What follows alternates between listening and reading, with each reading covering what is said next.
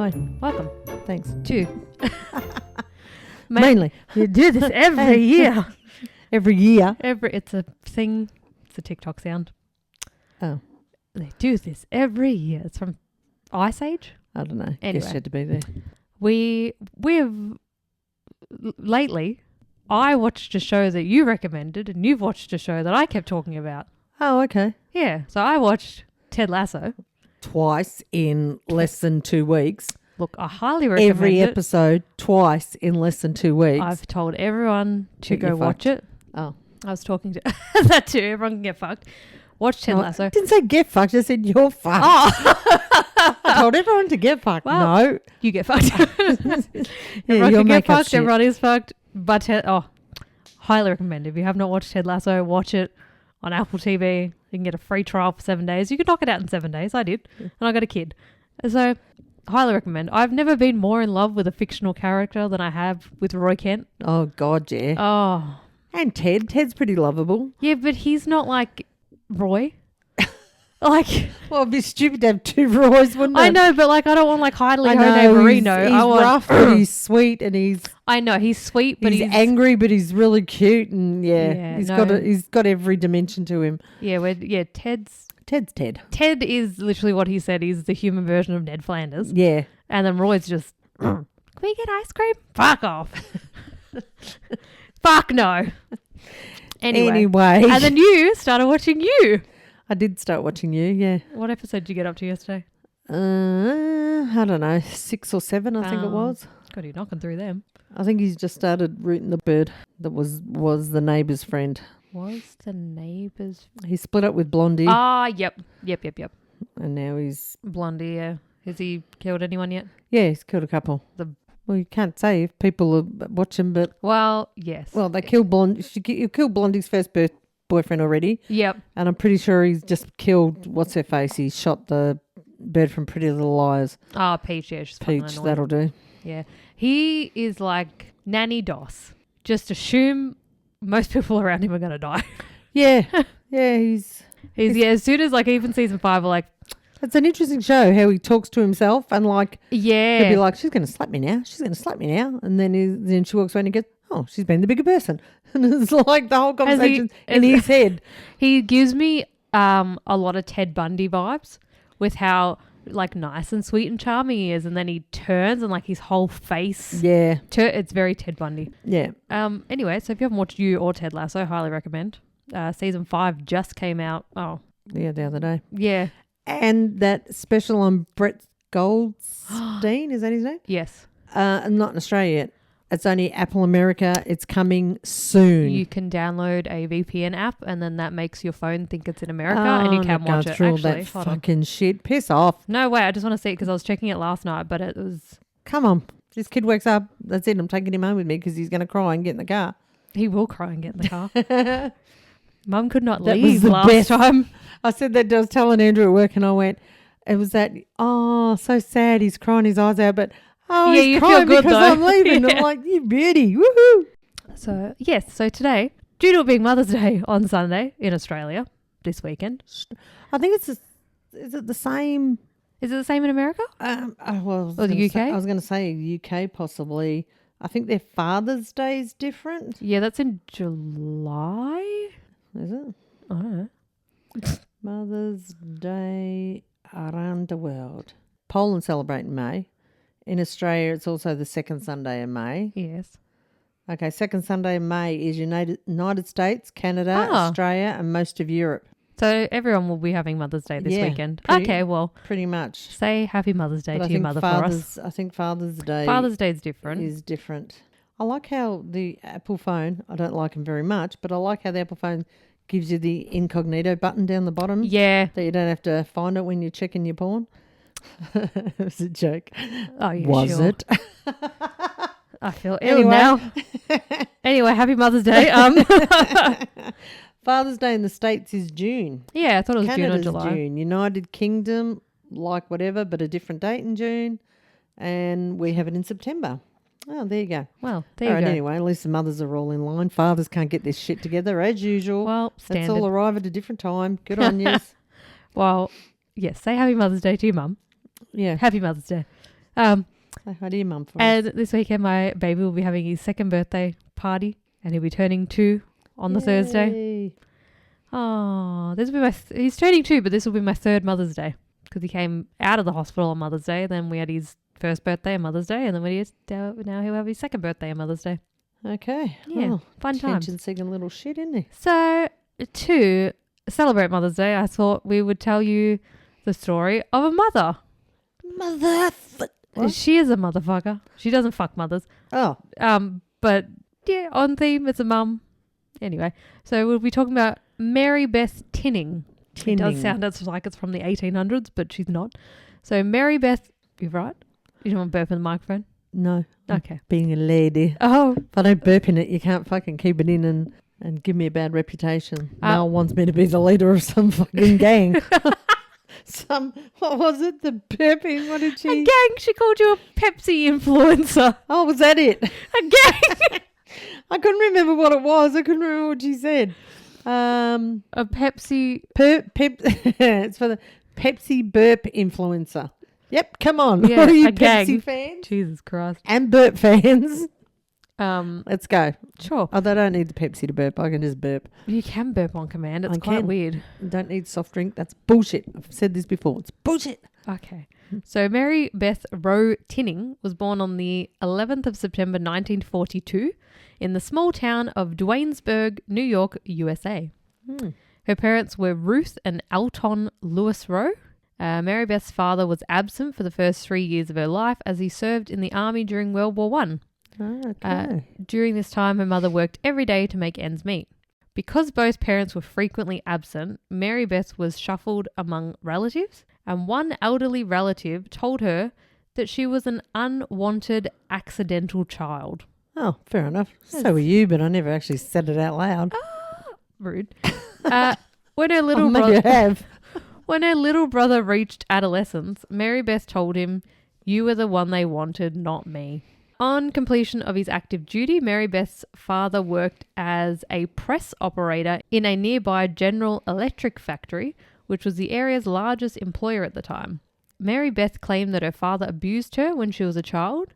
She said that he had beaten her and locked her in a closet, and that her father... I'm not laughing at what's happening. I'm laughing at the word that's coming up. Because you don't know how to pronounce it, or is that why you're laughing? If you haven't listened to Patreon, this is not going to make sense to anyone.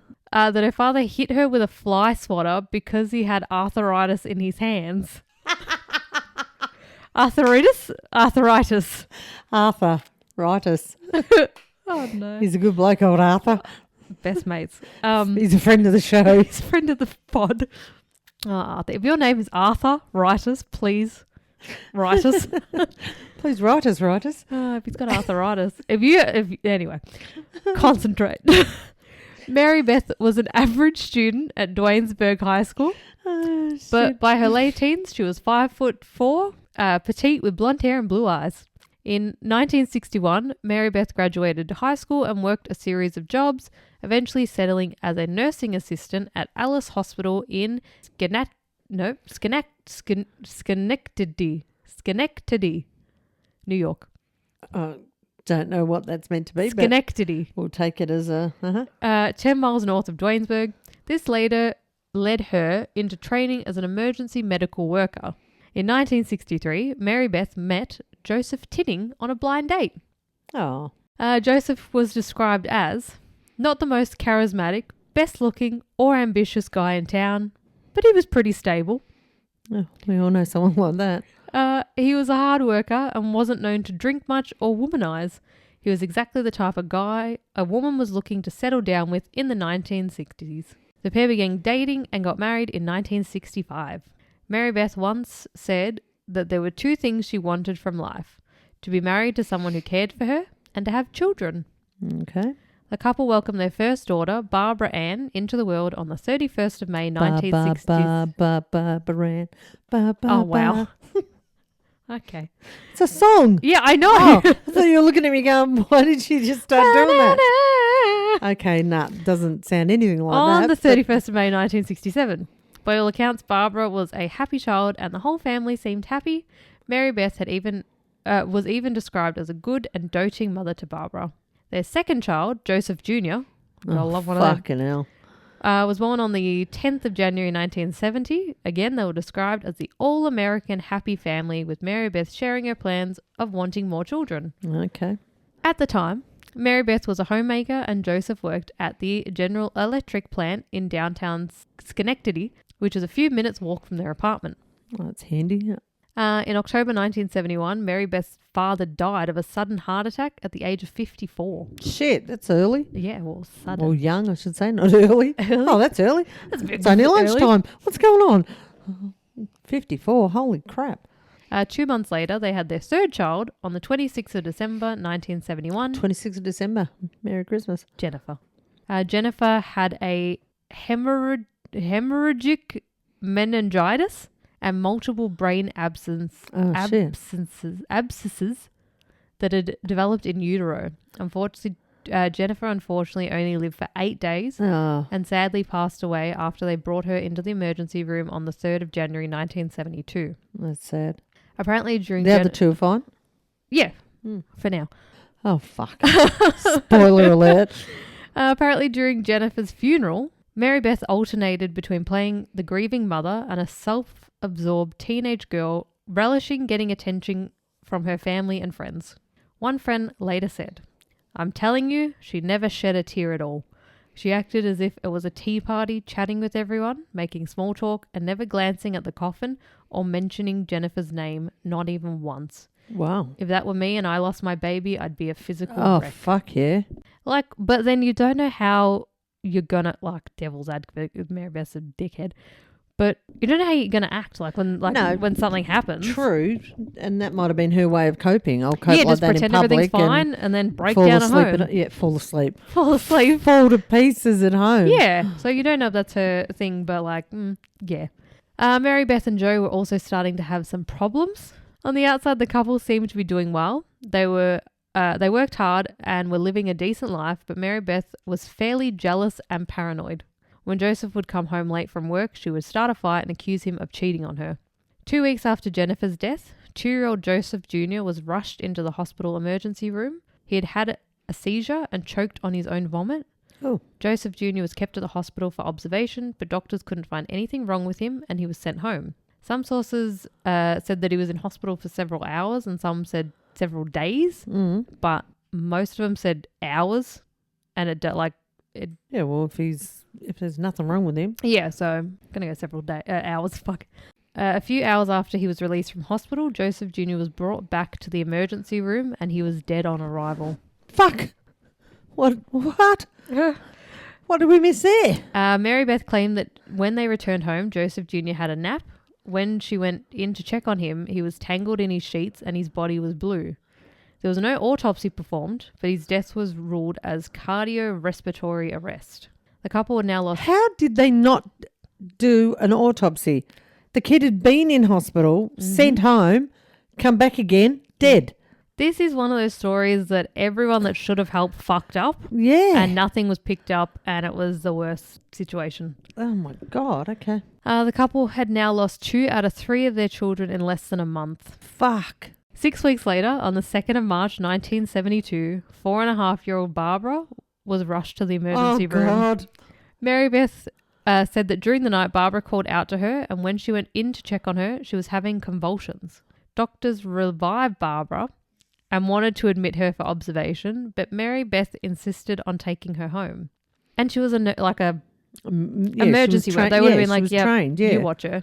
Because I was like, how the fuck could you just keep letting... But it'd be like a doctor's kid going, go home, sending you watch her home, him. There's a nurse there. It's not like Joe Average is with her. Yeah. A few hours later, just like Joseph Jr., Marybeth was rushing back into the emergency department. Barbara had apparently fallen into a comatose state for several hours and then died in hospital. Her cause of death was brain edema, which is swelling of the brain. Some of the doctors suspected that Barbara had Reye syndrome, but this was never proven. But Reye syndrome is a rapidly worsening brain disease. Symptoms of Reye syndrome may include vomiting, personality changes, confusion, seizures, and a loss of consciousness. Death occurs in 20 to 40% of those affected with Reye syndrome. and about a third of those who survive are left with significant degrees of brain damage. Wow. The first detailed description of Ray syndrome was in 1963 by an Australian pathologist, Douglas Ray. Oh. Thought that was hence the Ray syndrome. So now within 90 days, all 3 of Tinning's children had died. Marybeth also did a strange thing after each of her children's death. The day after the funeral, she packed up all the children's clothes and toys and would give them away to anyone who would take them. Again... Yeah, you wouldn't want to... Well, not so much that you wouldn't want the memory of it, but yeah, you can understand her. Yeah, you can understand something. Doing that. If someone walked into their house, they would have no idea that a baby or child had ever lived there. Jesus. Marybeth and Joseph decided a change would do them good, and they moved houses. Surprising to everyone. Oh, she didn't get pregnant. Marybeth was pregnant again. Oh.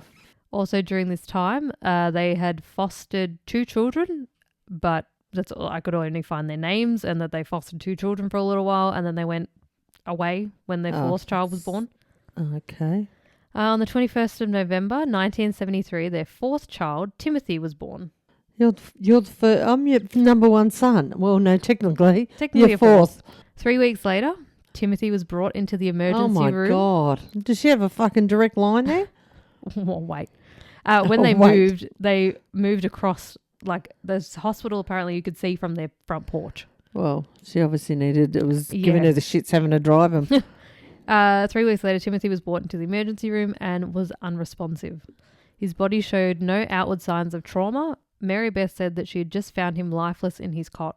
Timothy's death was attributed to sudden infant death syndrome, or SIDS. How has no one put it together that this woman, 4 kids? So far, it's like, well, the first baby had the brain absences. Then the second one, like, you'd get a bit fucking sus after 4. Oh, you'd have to. God almighty, it was 4 in less than 5 years. Yeah. Now, with the death of 4 of their children, people on the outside of the family started questioning how so many tragic coincidences could happen to one couple. Mm-hmm. But their close family and friends continued to support them. Despite everything the couple had now been through, they seemed to be strong, and Marybeth was pregnant again. Oh, Jesus Christ, she was a fertile bitch. On Easter Sunday, the 30th of March 1975, their 5th child, Nathan, was born. Everyone nervously awaited... for his death notice. That's not even funny. Everyone nervously awaited for this poor baby to be struck by the Tinning curse. Yep. 6 months later... Get out of town. On the 2nd of September 1975, Marybeth was rushing her unresponsive baby into the emergency room. Again, based on the fact that there was no outward trauma and the story from Marybeth that he had suddenly stopped breathing in his car seat, the doctors ruled the death as SIDS. After 3 years, Joseph was convinced that they had some sort of genetic default, and he persuaded Marybeth that their best chance of being parents was adoption. I thought you were going to say they got tested.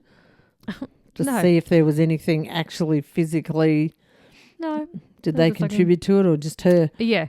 The adoption process in the late 70s involved a background check, examination of the adoptee's criminal and financial records. A social worker interviewed them and visited their home, and they passed. How? Really? Yeah. Marybeth stated that there was something wrong with her or Joe, and although they both still wanted children, it would be safer to adopt. But she was also pregnant again. Oh, for crying out. How old is she at this point? She ends up like... She fucking gets pregnant every time she looks at this in her like 30s, like this whole time. It's probably from late 20s to 40s. Bloody hell. In August 1978, the couple adopted 6-month-old Michael, and on the 29th of October, the couple's 6th child was born, Mary Frances. Oh, God. Good luck, Mary. 5 months later... Oh, fuck. 5 months later, in January 1979, Mary Frances was rushed into St. Clair's emergency room after having a seizure at home. The staff was able to revive her, reporting aborted SIDS. She remained at the hospital under observation until doctors felt she had recovered enough to be released. Until the next time. They returned home, and a couple of weeks later, on the 20th of February, Marybeth went into the emergency room with baby Mary in full cardiac arrest. She was revived but had irreversible brain damage, and she died 2 days later after being taken off life support. Marybeth had the same story of finding the child unresponsive in her cot, and the death was attributed to SIDS. Oh my God. How's the poor adopted kid? Is he still around? Yeah. Yeah, well, she can't really fucking blame their Genetics, genes yeah. for that one, can they? Now for the 7th time, Oh, she's not. Marybeth was pregnant again. God almighty. Wear a mask or something, woman. On the 19th of November 1979, nearly 9 months to the day that Mary Frances had died, Marybeth gave birth to her 7th child, Jonathan. During this time, her adopted son, Michael... Why didn't she just use the same name again? Would have been quicker, easier. Mary It's a 1, boy, Mary we'll 2, carry Mary Mary. 3. Yeah. During this time, their adopted son, Michael, who was now 13 months old, was seemingly fine and in good health. Until about 5 months later, in March 1980, Marybeth arrived at St. Clair's Hospital with an unconscious Jonathan. Just like Mary Frances, he was revived, but due to the family's history, he was sent to Boston Hospital. Hang on, he doesn't have any fucking family history. He was adopted. Oh, sorry, no, this is Jonathan. Oh. Michael's fine. Michael's the adopted kid. Okay. Jonathan. I was going to say, fuck. Yeah, no, fuck that up. Jonathan, the biological kid. Right. He was sent to Boston Hospital where he was thoroughly examined by a pediatrician. The doctors again could find no valid medical reason why the baby simply stopped breathing. Jonathan was discharged and returned home with an apnea monitor. On the 24th of March 1980, Jonathan was brought back to the hospital and he had severe brain damage. Sadly, the doctors couldn't help him this time as he was already dead. His cause of death was listed as cardiopulmonary arrest. Yep. So far, only Michael had escaped the Tinning baby curse. He was now... Yeah, because he wasn't one of theirs. Yeah. He was now 2.5 years old and seemed happy and healthy. Should put an end to that. Until the morning of March 2nd, 1981. How did no one put these seven of their own kids been dead? Yeah, so far. Until the morning of March 2nd, 1981. The night before, Michael had been sick in bed with a cold. During the night, his temperature went up and down, and Marybeth said she booked an appointment for the doctor the following day. Marybeth took Michael to the family's pediatrician wrapped up in a blanket, and she told them that she couldn't wake Michael up. Unfortunately, Michael was already dead. An autopsy was performed, and it showed that he had traces of pneumonia, but not severe enough to kill him. What is weird is that she took him to a different doctor and not St. Clair's Hospital like all of her other children. And the hospital was across the road from their house. As I said, you could apparently see it from their house. Marybeth had not actually booked a doctor's appointment like she said. That morning, she apparently found Michael unconscious in his bed. She called the pediatrician, who didn't open until 10 a.m. and waited nearly 2 hours for them to open and then took Michael there. Instead of going to the hospital across the road. Instead of going to the hospital. That knew her by sight. Yeah. Oh, here comes Mary. But a couple of weeks beforehand, Michael had accidentally fallen down some stairs and had a bump on his head. And in this situation, she rushed him over to the hospital. So he falls and there's a bump on her head. She takes him to the hospital. Yeah. He is unconscious. Not breathing, and she waits 2 hours. Yeah. For a different medical Yeah, okay, makes sense. This was the final straw for people. Oh, really? Well, yeah. Among their friends in the community, all the various series of something genetic went out the window. So it's like, oh, this poor family has something wrong with their genetics. But it's like, this kid was adopted. Yeah. Like, what are the chances of the adopted kid having something genetically wrong as well? Correct. So what's the truth? Wow. Despite persistent questions, the doctor ruled the cause of death as pneumonia. Fucking, he's not a very good doctor. After the death of the 8th child, the couple decided it was time to move again. Oh, I thought you were going to say time to stop reproducing would have been a better one. 4 years later, on the 22nd of August, 1985. We really need to start doing videos. Marybeth gave birth to her 8th child, Tammy Lynn.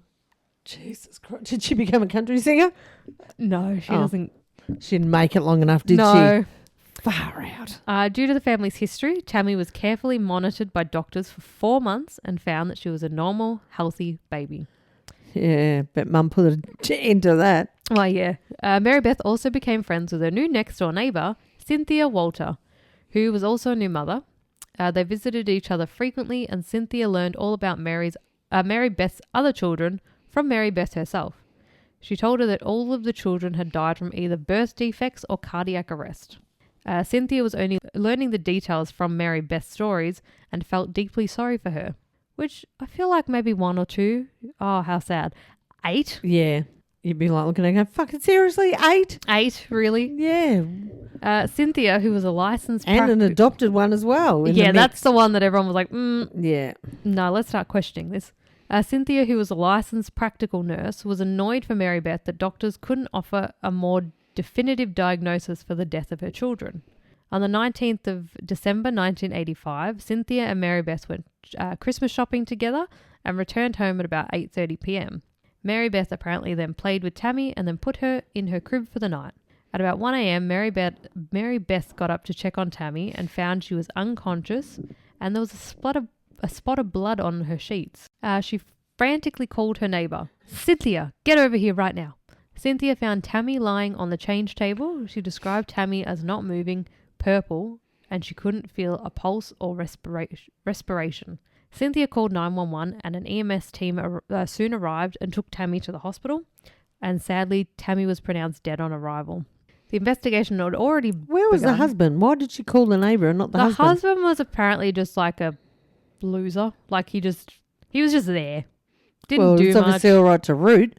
Well, yeah, obviously. She obviously had no trouble getting on but top of him. But he was like described as like just dull and like he was like a little bitch. Like he just did whatever she said. He went to work. He came home. He was just... Yeah, but you still would have thought she would have woken him up and gone, another one's purple.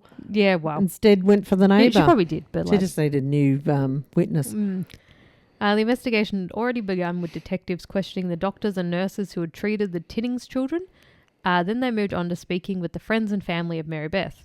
Even before Tammy's death, the hotline at the police station was blowing up with calls from neighbours, friends, family, and medical staff that all had their concerns. Really?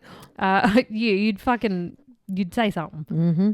On the 4th... See something, say something. Exactly. Crime Stoppers. 1-800... Crime. Stop crime. Stop crime. On the 4th of February 1986, that'll be your 20th birthday. Would it? Yeah. Okay. Take your word for it. Detective Bob Imfield and a Child Protective Service worker, Betsy Mannix, arrived at Marybeth and Joe's home. Marybeth and Joseph Tinning were separately taken to the Schenectady Police Department for questioning about Tammy Lynn's death. Detective Bob said about questioning Marybeth was dry-eyed, never shed a tear. She had an almost arrogant way about her, as if to say, how dare you question me? I'm a grieving mother. And she'd have that down pat. Yeah, after 9 times. Mm-hmm. While gathering their evidence, Police Chief Richard Nelson contacted forensic pathologist Dr. Michael Baden. One of his first questions was if it was possible that 9 children in one family could die of natural causes. And one is adopted. One is adopted. Dr. Baden told him that it wasn't possible and asked the police chief to send him the case files. He added that 2 or 3 SIDS deaths in one family was nearly impossible because SIDS is not genetic. Oh, there you go. About 3 in 1,000 babies die from crib death. The odds against 2 crib deaths in one's family are enormous. The odds against 3 are astronomical. So he either got a scientific breakthrough here that he was going to write a paper on and become famous, or he was going to blow her story, yeah. Police Chief Richard Nelson said that just about everyone who came into contact with the family, the hospital, doctors, social workers, was suspicious and communicated their suspicions to each other, many from the beginning. However, the problem wasn't that people weren't skeptical. The problem was that an exact cause of death for the babies could not be determined. Without definitive ruling from the medical examiner's office, a unified investigation effort from the police department could not take place. So if there's no homicide, there's no homicide.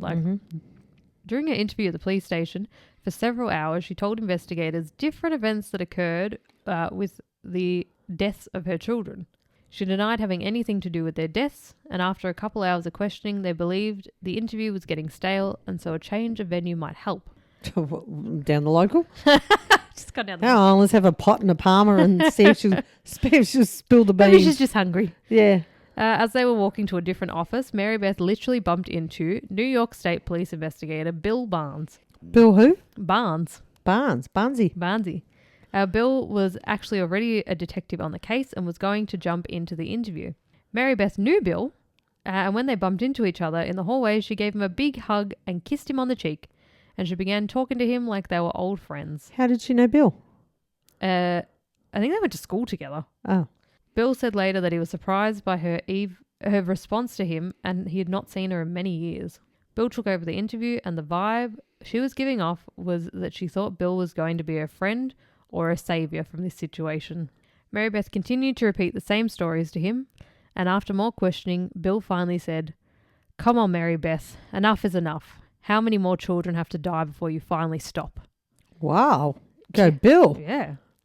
Marybeth dropped her head and went quiet. Bill is not there to fuck spiders. He's not there to fuck spiders. No. Bill Barnes on the case. He's got a real Bill Barnes. Bill, yeah, definitely. Bit of authority about Bill. Yeah. Marybeth dropped her head and went quiet, and eventually she said, "I killed them. I killed my children." Wait, all Bill had to say was, "Come on, Mary, She was stop there for like piss-farting around." hours and hours and hours, and I think she finally... Yeah, but still, Well- sounds a little bit easy. Well, Well, Bill must be very influential. Marybeth confessed to killing only 3 of her 9 children. Yeah, bullshit. Tammy, Did Nathan... one, you did them all. Tammy, Nathan, and Timothy. In her confession, she wrote, "I did not do anything to Jennifer, Joseph, Barbara, Michael, Mary Frances." Oh, how did you remember all Jonathan. their names? God. Well, yeah. Just the 3. Timothy, Nathan, and Tammy. And what did she do to him? "I smothered them each with a pillow because I'm not a good mother. I'm not a good mother because of the other children." What? I don't know. That's what she said. She's not a good mother because of the other children. Okay. She confessed that on the night Tammy Lynn died, she had gone shopping with Cynthia. When she arrived home, Joe's mum and dad were at the house. They visited for a while and then left for their home at 9:30. Marybeth said she then played with Tammy Lynn for about an hour and then put her to bed. She said that Tammy Lynn cried for about 30 minutes. She tried to give her a bottle, but she didn't want it, and she finally went to sleep. Marybeth then went to bed and watched TV and then dozed off. At around 11 p.m, Joe came back home. The two of them talked and then they went back to bed.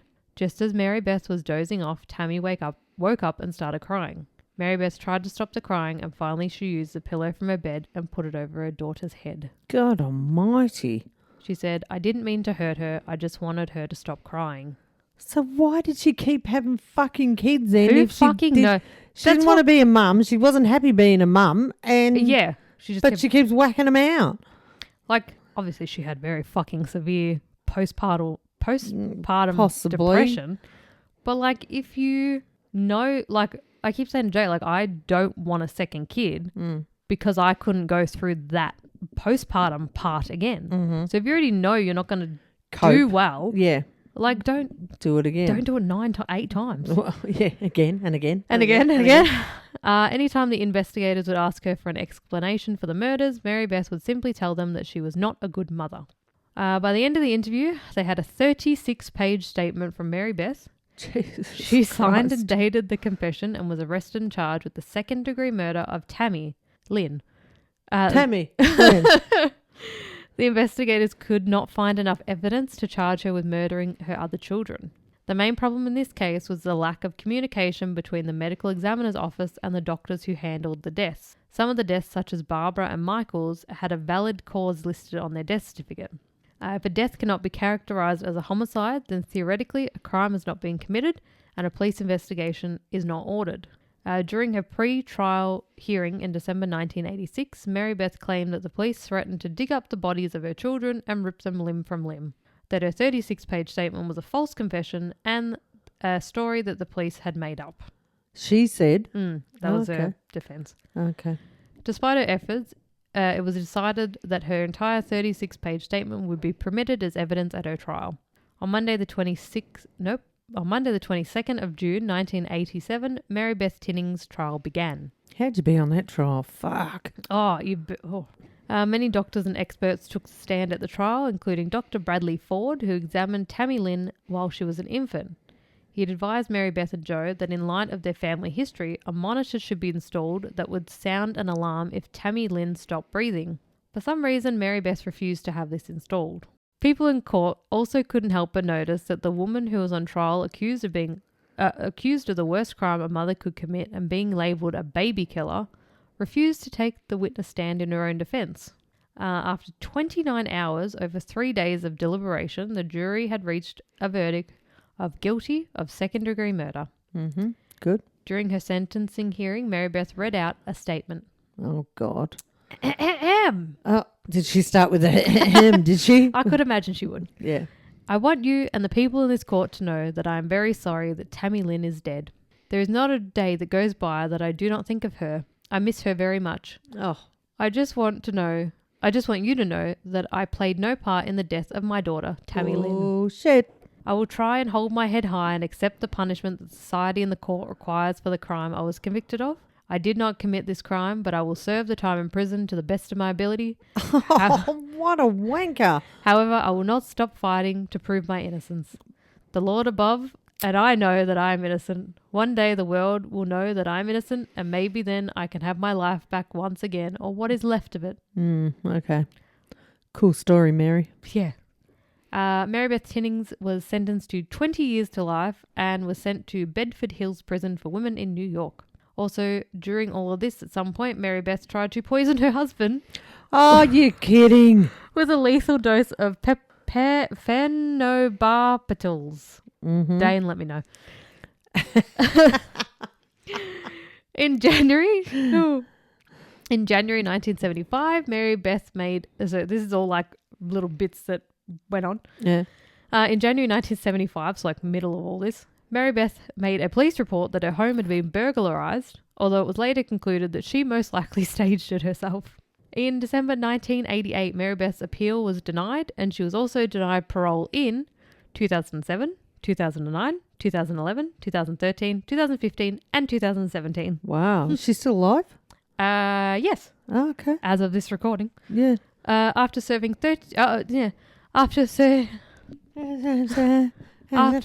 31 years in prison. 31? Don't drink.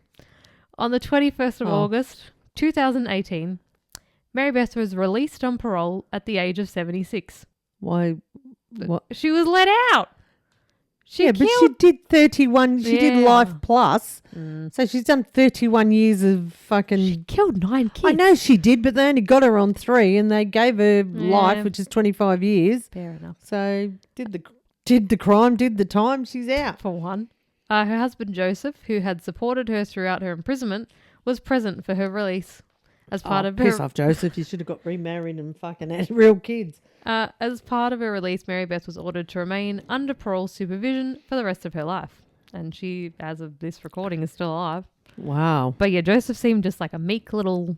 Clearly, if he hung around for 30-something years, he should have fucking filed for divorce, remarried, moved on, and never to see her again. Killed not 8 of your kids. Of his kids. Yeah. This is what I mean. He should have fucking got on that train and just go. There was like a statement from him. I didn't write it down, but it was like pretty much like, you do what your wife says. Whatever the wife wants. Whatever she says. Happy wife, happy life. Fuck off. Yeah, no, it was more like whatever she says is right. Like whatever she's done, whatever she decides. That's how my house runs. Whatever I say is right.